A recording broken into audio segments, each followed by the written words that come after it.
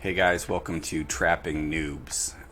In this video I'm going to show how to take advantage of weaker players making poor opening decisions. So this particular video is going to be showing the Geerlings Defense. I've got two variations to walk you through. So we open with e3, they bring out their bishop, and then recapture with their queen. So this is the Geerlings Defense.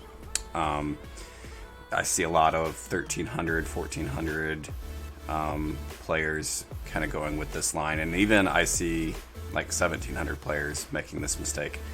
And actually, this defense isn't a force lost at this point. The key is that they want to keep a hold of their queen.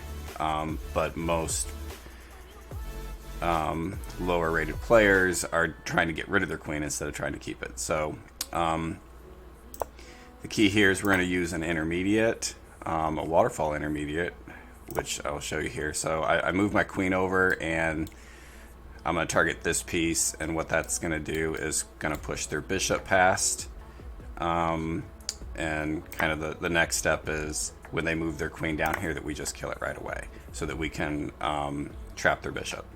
So they have to capture here. We come up, do the waterfall intermediate, which is this, where when their bishop comes here, our rook now has a discovered attack and it falls up the board to attack on a7.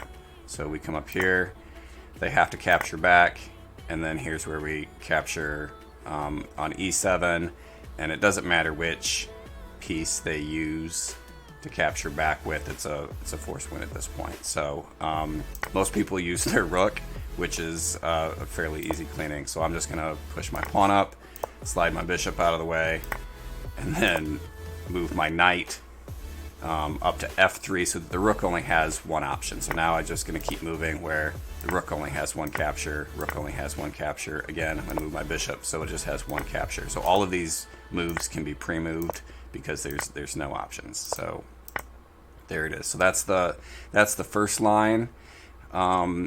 Second one is a slightly different variation. So we're kind of go through the same opening. So Geerlings Defense here. I'm coming up to go for that same intermediate, but if they capture with the bishop first, now their bishop's gone. So this is kind of a different position. This is really the smarter way for them to play.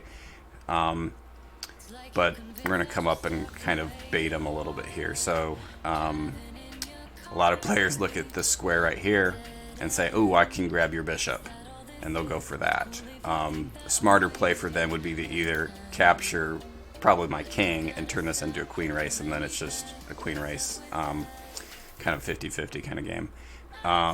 But if they capture here saying, hey, we want to get your bishop, we just take it back, and then this is kind of where the trap comes in, because it's just a matter of number of captures. If you can line up two captures for your opponent, when you have one, then you're going to have the tempo to come out. And so the lower rated players are going to say we need to move up to g6 so that I can get the bishop to run through the pieces, because that's what we think we need to do. But what I do is then capture on a7, so now their rook has two captures lined up where my bishop's just going to have one.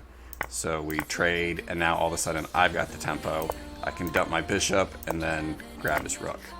And then from here, fairly simple cleaning. Just make sure the rook only has one option, slide it out of the way, move it wherever you want, and then get the kill. So that is the two different versions of a trap against the Geerlings Defense. Like I said, any player under 1700 might do it and fall for it. It's just quick, easy win. So we'll see you next time.